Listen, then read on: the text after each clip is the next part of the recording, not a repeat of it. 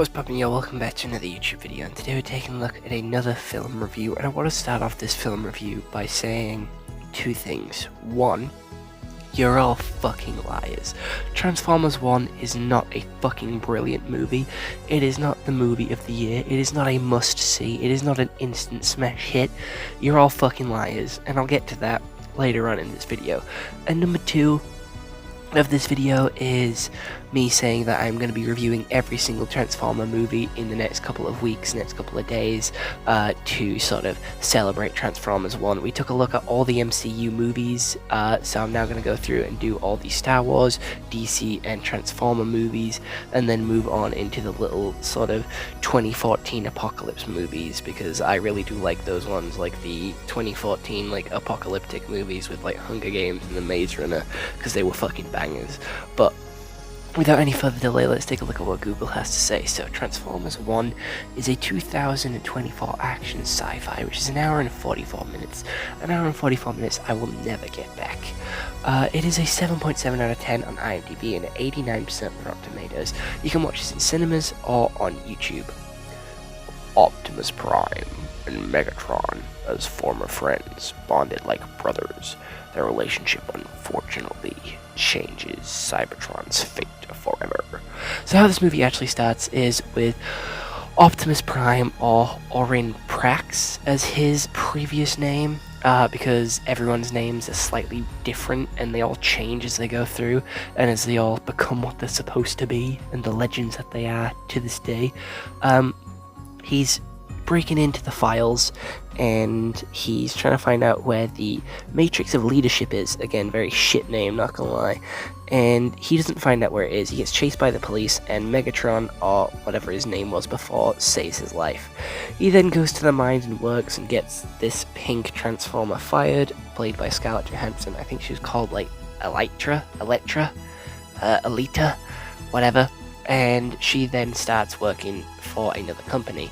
They then get themselves involved in a race, and they take out one of the policemen, which don't like them, and the sort of leader of that sort of world is like, hey, good job, you did me proud, I thought that was cool, you entering the race. And he gives them a very inspirational speech, and then they get thrown into the basically bottom levels of the world, and that's where they meet Bumblebee, who is a psychopath. He's crazy, he's insane, because he talks to 3 fake robots that he made, and one of them just so happens to have a secret map, which leads to, guess what, where the super thing is, you know, the leadership matrix.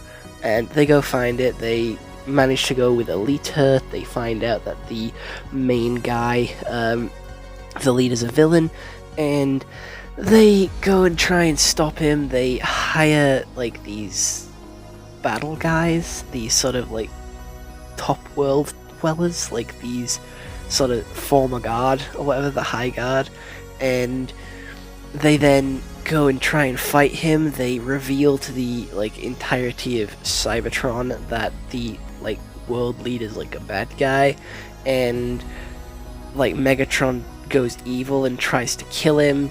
He accidentally kills Optimus Prime, who then comes back as Optimus Prime and gets the leadership matrix because the planet gives him the power, and he fights Megatron and then banishes him and his minions to the surface, and that's where the movie ends.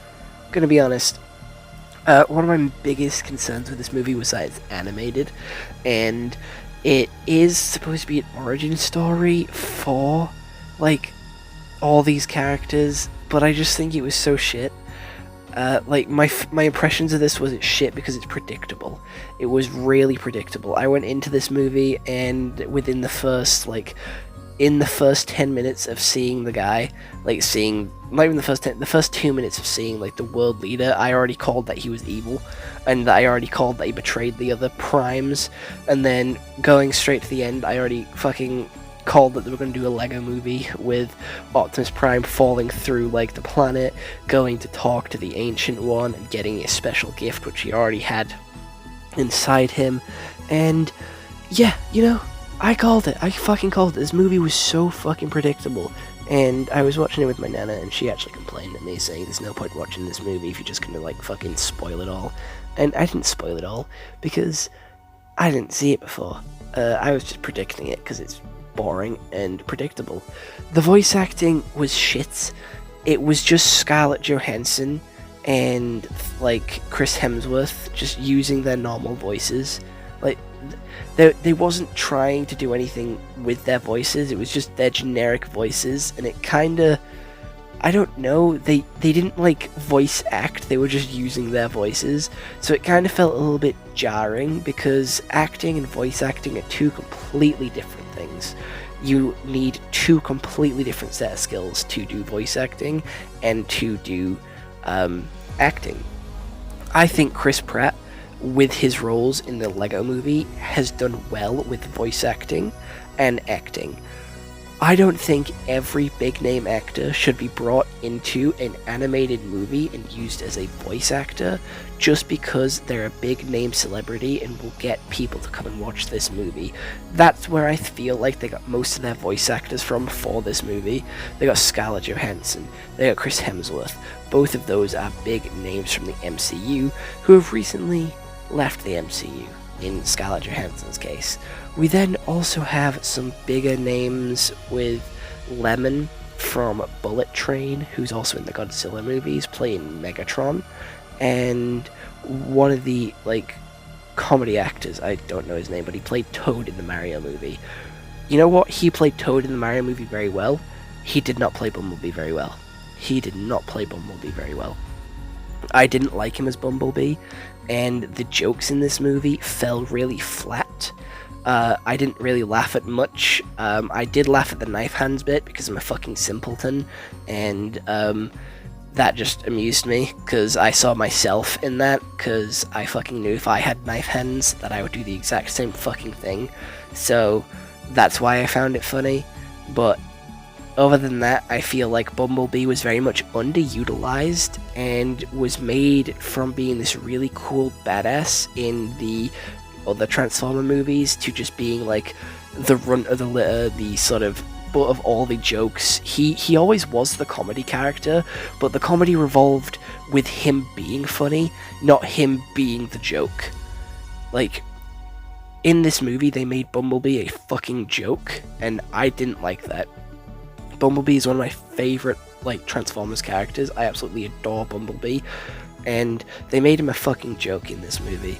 I really didn't like this movie. Like, I feel like, yes, with it being animated, you have a huge, like, roster of things that you can do. You can do so much more with a Transformers movie when it's animated than if it was, like, CGI. You could do it with CGI as well, but it would just be a lot more expensive. So I do understand why they did go with the animated route, because, again, it's a lot cheaper, and they can still have that creative freedom with it. But it didn't look that good. I'm gonna be honest. It kind of looked very flat. I liked the vaporwave design of the outside, like, on the surface of the planet, and I thought the surface of the planet was where most of their creativity was, but they didn't spend a whole lot of time on the surface. They kinda went into a cave, and then went back underground, and the underground bit was quite boring. It all felt very the same, and when I was watching it, I got very, very heavy Ninjago vibes, and I like Ninjago, I'm gonna be honest, but it was very, like, kiddie. It felt very kid-friendly. They did have some, like, jokes here, but like, they had some mature jokes here, which I was like, how the fuck did they get away with that? But I don't know. It still felt very kiddie, even though it did have some mature elements. It was still very childlike, and it just looked very childlike as well. It looked like one of the, like, more recent Transformer cartoons that you'd see on, like, Cartoon Network or Boomerang or something. And I just feel like with it being animated, and with the current state of animated movies right now, with, like, them going above and beyond with animation, this just feels very cheap, very basic, very low quality, and it could have been a lot better. Transformers is a franchise that I do love and adore, and I do feel like it could have been a lot better than what it was. This movie definitely fell flat in my opinion, and that does upset me because they definitely left this open for a number 2, and I definitely do believe there is going to be a number 2, and that does upset me because I don't want a number 2. I'm going to be completely honest with you here, Chief. I am not here for a second Transformers. I'm not here for a Transformers 2 from Transformers 1. However, I did get hype when he said Autobots roll out, and I did get hype when he fucking said, like, other things as well from the Transformers universe. Like, it did bring me hype, and he even said Transformers 1 in this, and I pointed at the screen and was like, oh my god, he said the thing. But I did that as like a joke. I didn't really care that he said the thing. It was just like a on the bingo card of like a kiddie, basic, childish movie.